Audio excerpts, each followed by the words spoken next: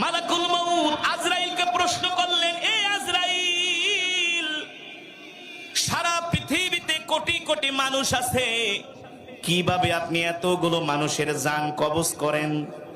হাদিস শরীফে এসেছে, মালাকুল মউত বলে, গো আল্লাহর নবী, আল্লাহ তাআলার আরশের মধ্যে একটা আল্লাহ তাআলার কুদরতি গাছ আছে। ওই গাছের মধ্যে কোটি কোটি পাতা আছে, প্রত্যেকটা পাতার মধ্যে এক একটা মানুষের নাম লেখা আছে, তার ভাগ্যলিপি লেখা আছে। সে কতদিন বাঁচবে, কতটুকুন রিজিক খাবে, কোন সময় মারা যাবে, সব কিছু আল্লাহ তাআলা ওই পাতার মধ্যে লিখে দিয়েছেন। যখন একজন মানুষের মৃত্যুর মাত্র 40 দিন বাকি থাকে, কয়দিন? 40 দিন বাকি থাকে, আস্তে আস্তে করে তার নামের পাতাটা হলুদ বর্ণ হয়ে যায়। আল্লাহ, আস্তে আস্তে করে তার নামের পাতাটা হলুদ বর্ণ হয়ে যায়, মানে কি? তার মৃত্যুর বয়স আছে আর মাত্র, সে 40 দিন মাত্র দুনিয়াতে থাকতে পারবে, এর বেশি থাকতে পারবে না।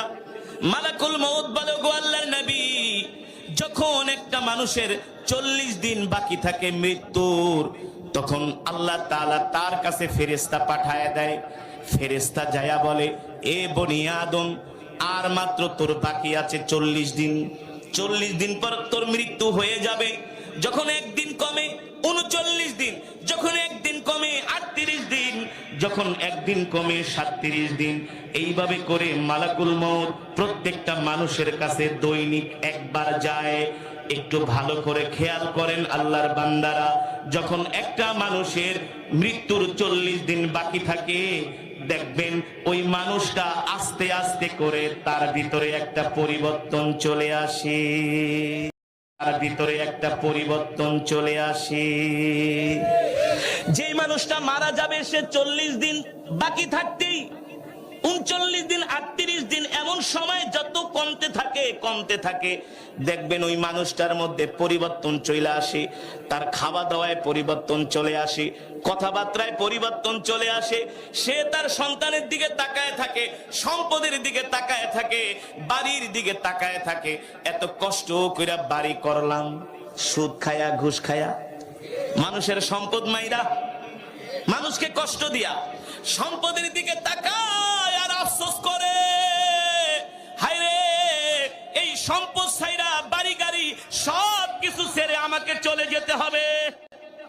মালাকুল মউত বলে, একটা মানুষ যখন মারা যায়, যখন তার 40 দিন থেকে কমতে থাকে, একদিন একদিন করে, আস্তে আস্তে করে তার খাবার কমে যায়, ঘুম কমে যায়, আস্তে আস্তে করে সে অসুস্থ হতে থাকে, দুর্বল হতে থাকে।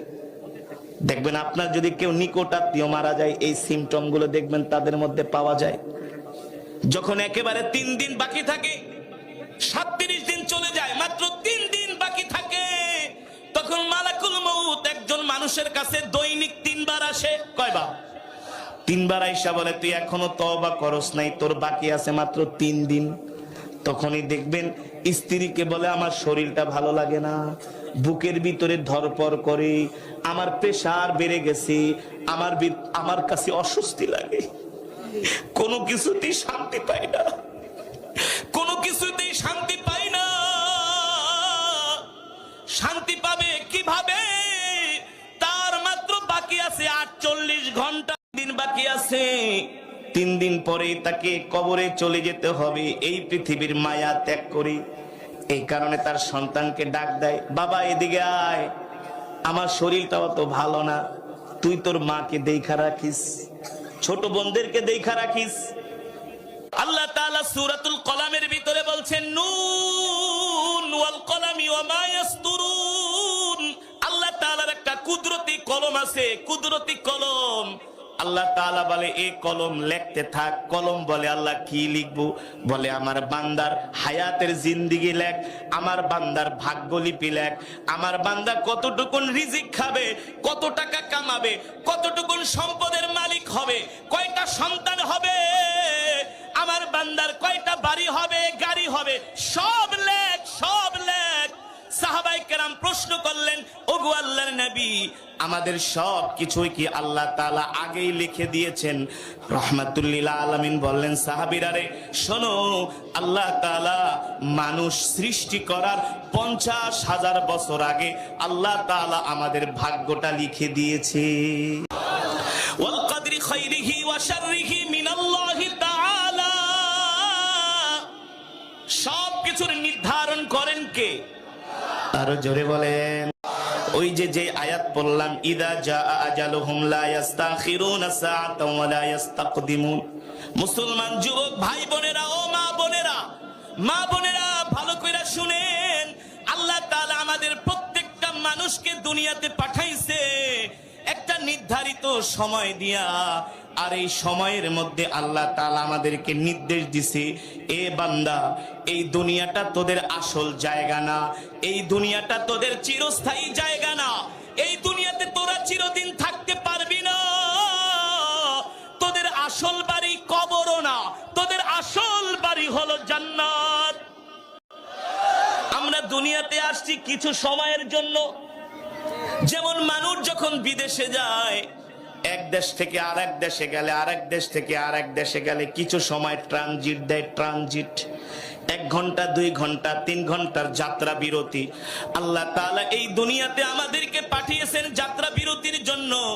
আল্লাহ তাআলা বলে, বান্দা, এতটুকুন সময়ের মধ্যে যা পারস কামায় আনি। ঠিক কিনা বলেন? আপনি মনে করেন বিদেশে গেলেন, এয়ারপোর্ট থেকে আপনাকে বলা হলো এই রাজধানীতে পাওয়া যায় অনেক কিছু, সময় 2 ঘন্টা, যা পারেন কিনা নেন। কথা কোন? মানুষ পাগল হয়ে যায়। ছেলের জন্য কিনবে না, মেয়ের জন্য না, নিজের জন্য না, স্ত্রীর জন্য না, আত্মীয় স্বজনের জন্য। কথা বলেন। যা নিতে পারবে, যত নিতে পারবে, ততই আত্মীয় স্বজন খুশি হবে। এই কারণে ব্যাগে লইব না, বস্তা বাঁধবো। হতাশ হয়ে যায়, পেরেশান হয়ে যায়। আল্লাহ তাআলা বলে, দুনিয়াতে আমি তোমাদেরকে পাঠাইছি আখিরাত কামাই করার জন্য, কিন্তু সময় বেশি দিন নাই। কারো 60, কারো 70, কারো 80, কারো 20, কারো 30, কারো 40। আবার কেউ মায়ের পেটেই শেষ, আবার কেউ দুনিয়াতে এসে 1 সপ্তাহেই শেষ। ঠিক কিনা বলেন? আল্লাহ তাআলা আমাদের মৃত্যুটা কেন গোপন রাখলেন? মৃত্যুর সময়টা আল্লাহ তাআলা কেন গোপন করলেন? কারণ কি? কারণ হলো, আল্লাহ তাআলা যদি আমাদের মৃত্যুর সময়টা প্রকাশ করে দিতেন, তাহলে এই দুনিয়াতে আমরা কেউ দুনিয়াদারি করতে পারতাম না। পারতেন? একজন ফাঁসির আসামিকে যদি বলা হয়, তোমার রাত আগামী 1 মাস পরে, তোমার রাত 12টা বাজে ফাঁসি, 1 মাস পরে অথবা 1 বছর পরে, 2 বছর পরে, দেখবেন ওর খাওয়া দাওয়া সব বন্ধ হয়ে যাবে, ফাঁসি দেওয়া লাগবে না, টেনশনে এমনি মরে যাবে, হার্ট অ্যাটাক করবে। ঠিক কিনা বলেন? তাহলে এবার বলেন, আপনার আমার আল্লাহ তাআলা যদি মৃত্যুর সময় জানায় দিত, আমরা কেউ নির্বাচনের প্রচারণা করতে যাইতাম না? হ্যাঁ? আরে ঘুরে লাভ কি? টাকা কামায় লাভ কি? কেউ চাকরি করতে যাইতাম না, ব্যবসা করতে যাইতাম না। যায় নামাজ নিয়ে চোখের মাঝখানে যায় শুধু জিকির আর নফল নামাজ, আল্লাহর ইবাদত করতাম। কারণ কি? যত কামামো তত দিয়েই জান্নাতে যেতে পারবো।